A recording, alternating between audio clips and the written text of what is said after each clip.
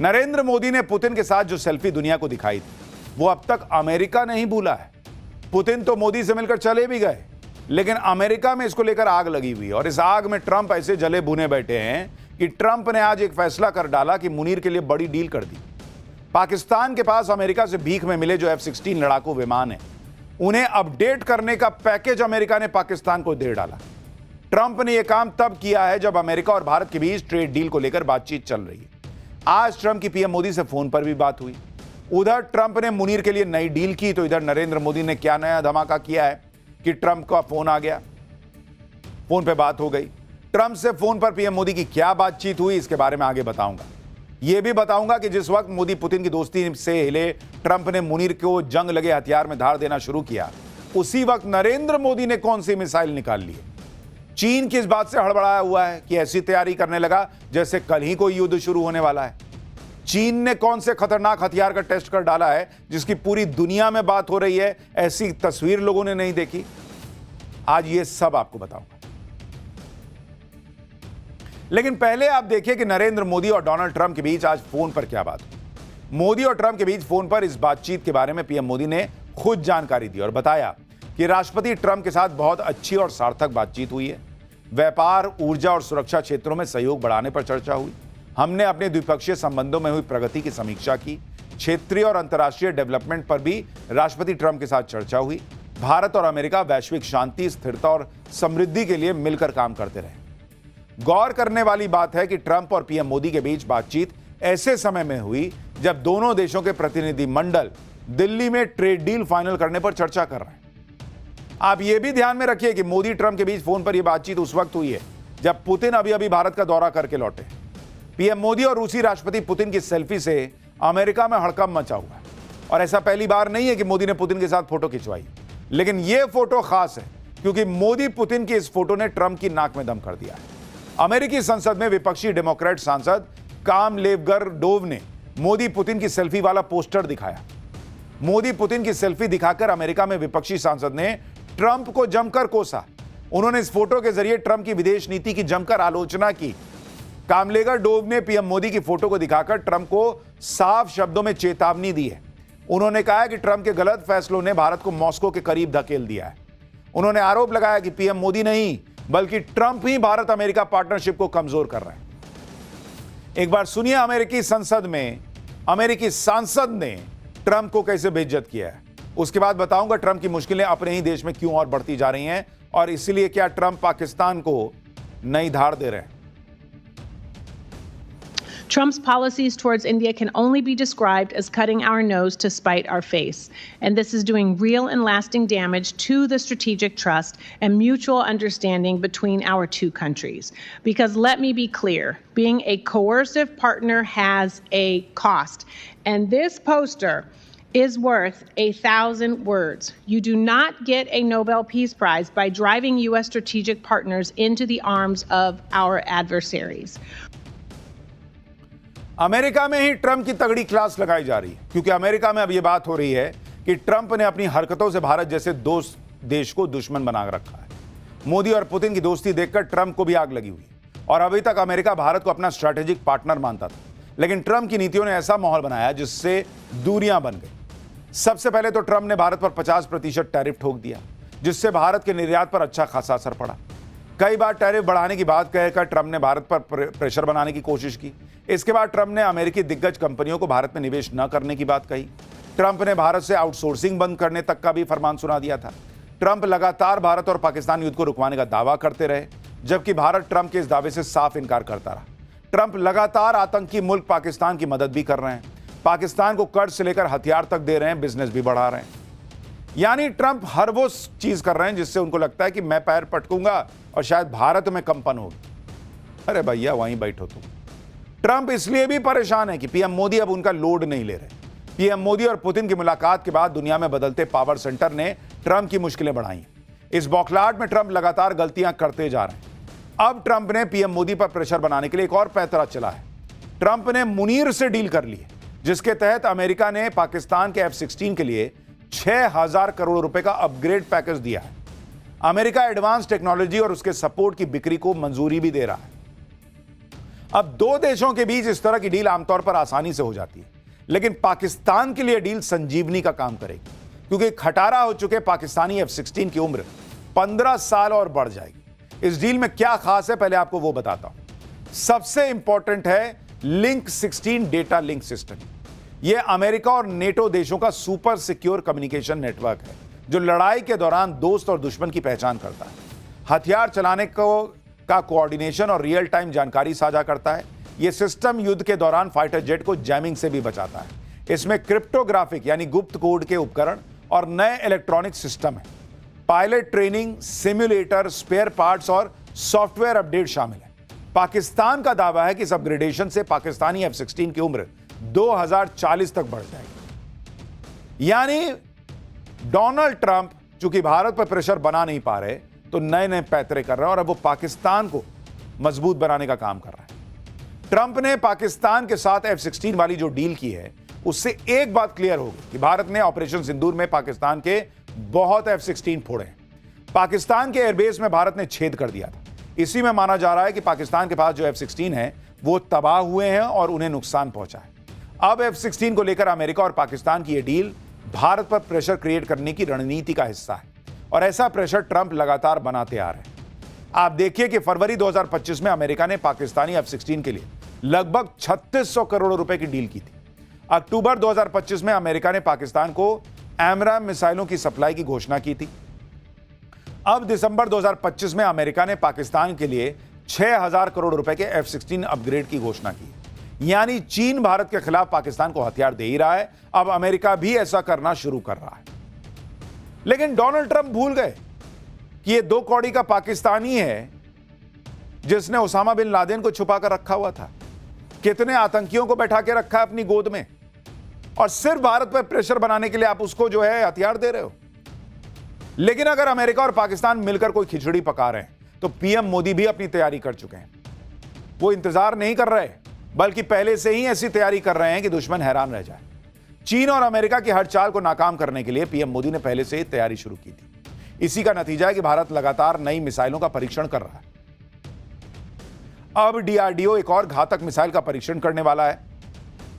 इसके लिए बंगाल की खाड़ी में 2520 किलोमीटर तक नोटाम जारी कर दिया गया है। माना जा रहा है कि भारत K4 SLBM मिसाइल का परीक्षण कर सकता है। यह भारत की दूसरी पीढ़ी की सबमरीन लॉन्च्ड बैलिस्टिक मिसाइल है, जो अग्नि मिसाइल सीरीज पर आधारित है। K4 SLBM परमाणु हथियार ले जाने में सक्षम है और इसकी रेंज 3500 किलोमीटर है। यह MIRV तकनीक से लैस हो सकती है, यानी एक मिसाइल से कई लक्ष्य पर आप हिट कर सकते हैं।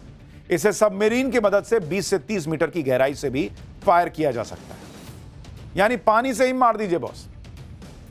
ऊपर से रशिया कह ही रहा है कि भाई हम खड़े हैं यहां पे, भाई चिंता मत कर, हम तेरे साथ। तो ऐसा नहीं कि पाकिस्तान कोई हथियार ले लेगा अमेरिका से तो भारत पे कोई प्रेशर बना देगा। फोड़ेंगे तो हम तब भी पाकिस्तान, हथियार तुम कुछ भी ले लो, लड़ने का हुनर भी तो होना चाहिए। बंदर के हाथ में उस्तरा देने से बंदर दाढ़ी बनाना थोड़ी सीख जाएगा। पाकिस्तान का हाल वही है, हथियार ले लोगे अमेरिका से, चलाना कैसे सीखोगे। इधर पीएम मोदी नए नए धमाके कर रहे हैं, उधर चीन और अमेरिका आपस में भिड़े पड़े। चीन और रूस ने संयुक्त युद्ध अभ्यास किया, जिसके बाद अमेरिकी बॉम्बर ने भी जापानी जेट्स के साथ उड़ान भरी। इसके बाद पूर्वी एशिया में टेंशन का ग्राफ बढ़ गया है। दो अमेरिकी B-52 स्ट्रैटेजिक बॉम्बर ने जापान सागर के ऊपर उड़ान भरी, जिसमें 3 जापानी F-35 स्टेल्थ फाइटर और 3 F-15 जेट शामिल। यह पहली बार था जब चीन के क्षेत्रीय अभ्यास शुरू होने के बाद अमेरिका ने अपनी सैन्य उपस्थिति का ऐसा प्रदर्शन किया। इससे पहले 9 दिसंबर को 2 रूसी Tu-95 बॉम्बर ने 2 चीनी H-6 बॉम्बर के साथ संयुक्त उड़ान भरी, जिसके जवाब में जापान ने लड़ाकू विमान उतारे। चीन अभी किसी भी वॉर फ्रंट पर नहीं है बॉस, लेकिन चीन की तैयारी भी ऐसी चल रही है जैसे कल ही युद्ध शुरू होने वाला है। अब चीन ने ऐसा हथियार तैयार कर लिया है कि युद्ध की पूरी तस्वीर ही बदल जाएगी। चीन ने एडवांस ड्रोन मदरशिप लॉन्च कर दी, जिसका नाम है जियोतियान। इस एडवांस ड्रोन मदरशिप से एक साथ 100 से ज्यादा ड्रोन लॉन्च किए जा सकते हैं। देखिए, यह चलता फिरता ड्रोन कैरियर है, यानी इतने सारे ड्रोन को लॉन्च करने के लिए कहीं ले जाने की जरूरत नहीं है। हवा में प्लेन उड़ेगा, उसी से ड्रोन निकलेंगे, चल जाएंगे। सोचिए जब एक साथ 100 ड्रोन दुश्मन पर हमला करेंगे तो क्या ही मंजर होगा। इसकी खासियत सुनिएगा तो और चकरा जाइएगा। चीन का जियोतियान नाम का ड्रोन एक हेल अनमैन्ड एरियल व्हीकल है। इसे ड्रोन स्वॉर्म्स के लिए हवाई मदरशिप के रूप में डिजाइन किया गया है। यह यूएवी 16 टन वजनी और 25 मीटर विंग स्पैन वाला है। इस यूएवी की रेंज 7000 किलोमीटर है और 15000 मीटर की ऊंचाई पर उड़ान भर सकता है। इसके 6 टन के पेलोड में 100 से ज्यादा छोटे ड्रोन आ सकते हैं। इसके अलावा कामिकेज यूएवीज, क्रूज मिसाइलें और PL-12E जैसी हवा से हवा में मार करने वाली मिसाइलें भी इसमें शामिल हो सकती हैं। इसकी अनोखी खासियत इसकी मॉड्यूलर डिजाइन है, जो दर्जनों छोटे ड्रोन्स को तैनात कर सकता है। यह ड्रोन खुद ही सामूहिक हमले कर सकता है, साथ ही इलेक्ट्रॉनिक युद्ध या टोही मिशन में दुश्मन को नाको चने चबा सकता है। यह दुश्मन के डिफेंस सिस्टम को जैम करने में भी सक्षम है। इसकी क्षमता अमेरिका के RQ-4 ग्लोबल हॉक और MQ-9 रिपर से भी आगे है। इमरजेंसी, लॉजिस्टिक्स, सीमा निगरानी और आपदा राहत में भी यह बहुत काम का है। तो अलग लेवल पे हर जगह चीजें जो हैं वो चल रही हैं, लेकिन भारत भी तैयारी के साथ बैठा है। अब वहां युद्ध होगा नहीं होगा ये तो वक्त बताएगा, लेकिन सियासी युद्ध तो रुकता नहीं भारत में। पाठशाला में अब अगला चैप्टर, इधर मोदी के लिए एकजुट हिंदू, उधर बंगाल वाली बाबरी के लिए वो नोट आए जो ममता का वोट खा जाएंगे क्या? अमित शाह की आंख में दुर्योधन दुशासन। बंगाल को लेकर घबराई ममता ने क्या गजब बोल दिया। वंदे मातरम का विरोध करने वाले मदनी ओवैसी सुन लें कि क्रांतिकारी अशफाकुल्ला खां क्या बोल गए थे वंदे मातरम के बारे में। अब इसका चैप्टर। बंगाल में इस समय गजब माहौल बना हुआ है। इधर पीएम मोदी की सनातनी हुंकार है, उधर हुमायूं कबीर की बाबरी मस्जिद और उनके ओवैसी अवतार ने चैलेंज दिया हुआ है। और ममता बनर्जी बहुत फायर है। ममता बनर्जी को अमित शाह की आंखों में दुर्योधन दुशासन दिखने लगा है। आप देखिए बंगाल की राजनीति में चुनाव से पहले किस तरह भूचाल आया, जिससे ममता बनर्जी हिली। भाई पहले कोलकाता में गीता पाठ में 5 लाख से ज्यादा सनातनियों का सैलाब आया। फिर मुर्शिदाबाद में हुमायूं कबीर की बाबरी मस्जिद के शिलान्यास में मुसलमानों की भारी भीड़ उमड़ गई। और अब बाबरी मस्जिद के लिए भर भर के नोट आ रहे हैं। ऐसे में ममता बनर्जी सनातन और बाबरी मस्जिद के बीच फंसती नजर आ रही। बाबरी मस्जिद के लिए आ रहे नोटों में उन्हें अपने मुस्लिम वोट खिसकते दिख रहे हैं। उस पर पीएम मोदी की घुसपैठियों के खिलाफ मुहिम और बंगाल में चुनाव से पहले हो रहे SIR ने ममता बनर्जी की बेचैनी को और बढ़ा दिया है। आज पाठशाला में आपको बताऊंगा ममता बनर्जी कैसे अपने ही खेल में फंसती जा रही। पहले गीता पाठ, फिर वंदे मातरम। चुनाव से पहले बंगाल का माहौल किस तरह से बदल रहा है, यह सब आपके लिए लाया हूं। पहले एक झलक देखिए।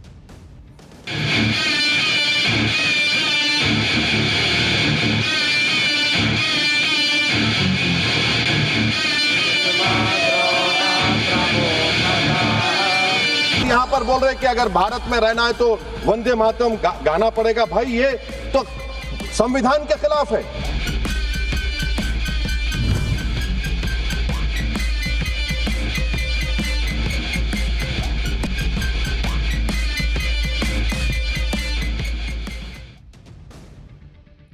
देखिए सबसे बड़ा जो गेम चेंजर इस बार कहा जा रहा है बंगाल के पॉलिटिक्स में, वो बंगाल में बन रही बाबरी मस्जिद को बताया जा रहा है, जिसने मुख्यमंत्री ममता बनर्जी की टेंशन बढ़ा दी। क्योंकि ममता बनर्जी और उनकी पार्टी मान के चलते कि मुसलमान और कहां जाएगा, हमको ही तो वोट करेगा।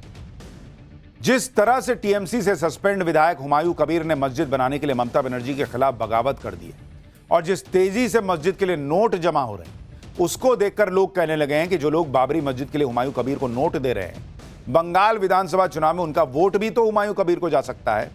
यानी इधर बाबरी के लिए नोट गिर रहे हैं, उधर ममता बनर्जी के वोट भी गिर रहे हैं। हुमायूं कबीर ने खुद एक वीडियो जारी करके दिखाया है कि किस तरह से बाबरी मस्जिद के लिए नोट आ रहे हैं। आप देखिए बैठ के पूरा नोट गिना जा रहा है। भाई लोग दे रहे पैसा कि बाबरी बनाओ वहां पे बंगाल में। अब जो नोट दे रहा है वो वोट किसको देगा, पब्लिक पूछ रही है। इसमें कुछ लोग चंदे के लिए आई रकम को गिनते हुए नजर आ रहे हैं। इस वीडियो में लोग घेरा बनाकर बैठे हुए हैं। 500, 200, 100, 50 रुपए के नोट बिखरे हुए नोटों को गिना जा रहा है। दावा किया जा रहा है कि 6 दिसंबर को बाबरी मस्जिद की नींव पड़ने के बाद से अब तक 11 पेटी से ज्यादा चंदा इकट्ठा हो चुका है, जिसे गिनने के लिए 30 लोग और नोट गिनने की मशीन लगानी पड़ी। दान पेटी के अलावा चंदे के लिए QR कोड भी शेयर किया गया है। हुमायूं कबीर का दावा है कि अब तक चंदे में 4 करोड़ से ज्यादा की रकम जमा हो चुकी है, जिसमें 2 करोड़ 71 लाख रुपए QR कोड के जरिए बैंक में जमा हुए हैं। बाबरी मस्जिद के नाम पर आ रहे करोड़ों के चंदे से हुमायूं कबीर का जोश आई। इसलिए बाबरी मस्जिद की नींव रखने के बाद अब हुमायूं कबीर ने अगले साल फरवरी में पिछले दिनों हुए गीता पाठ की तर्ज पर कुरान को पढ़ने का ऐलान कर दिया है। हुमायूं कबीर का दावा है कि इस कुरान पाठ में 1 लाख लोग शामिल होंगे। ममता बनर्जी इसलिए तनाव में हैं क्योंकि हुमायूं कबीर ने तो खुद को बंगाल का ओवैसी बताना भी शुरू कर दिया है। ममता बनर्जी जानती हैं कि बिहार में ओवैसी ने इंडी गठबंधन को भारी नुकसान पहुंचाया। ममता बनर्जी को लगने लगा है कि जो काम ओवैसी ने बिहार में किया वही बंगाल में हुमायूं कबीर करने में कामयाब हो गए, तो बंगाल में इस बार बीजेपी को जीतने से रोकना बहुत मुश्किल हो जाएगा। आप देखिए, अभी चुनाव में काफी वक्त है और हुमायूं कबीर अभी से चुनाव की तैयारी कर रहे हैं। हुमायूं कबीर ने कह दिया है कि उन्होंने बंगाल चुनाव को लेकर असदुद्दीन ओवैसी के साथ बात भी कर ली है। हुमायूं कबीर का दावा है कि ओवैसी ने उनसे कहा है कि अगर वो हैदराबाद के ओवैसी हैं तो तुम बंगाल के ओवैसी हो। खबर है कि हुमायूं कबीर के मुताबिक वो 22 दिसंबर को अपनी नई पार्टी का ऐलान करेंगे और बंगाल की कुल 294 सीटों में से 135 पे चुनाव लड़ेंगे। यही नहीं, हुमायूं कबीर तो यह भी दावा कर रहे हैं कि बंगाल में उनकी पार्टी इतनी सीटें जीतेगी, जो सीएम पद की शपथ लेगा उसे उनकी पार्टी के विधायकों के समर्थन की जरूरत पड़ जाएगी। हालांकि ममता बनर्जी के लिए तनाव की बात यह है कि भाई उनकी पार्टी जीते ना जीते हुमायूं कबीर की, वो वोट काट देंगे तो कांड हो जाएगा। एक तरफ बाबरी मस्जिद बनवा रहे हुमायूं कबीर का चुनाव लड़ने का ऐलान है और उन्हें मस्जिद के लिए भर भर के मिल रहे नोट हैं। दूसरी तरफ चुनाव से पहले बंगाल में गूंज रही सनातन की हुंकार ने भी टीएमसी को डबल टेंशन दे दी है, क्योंकि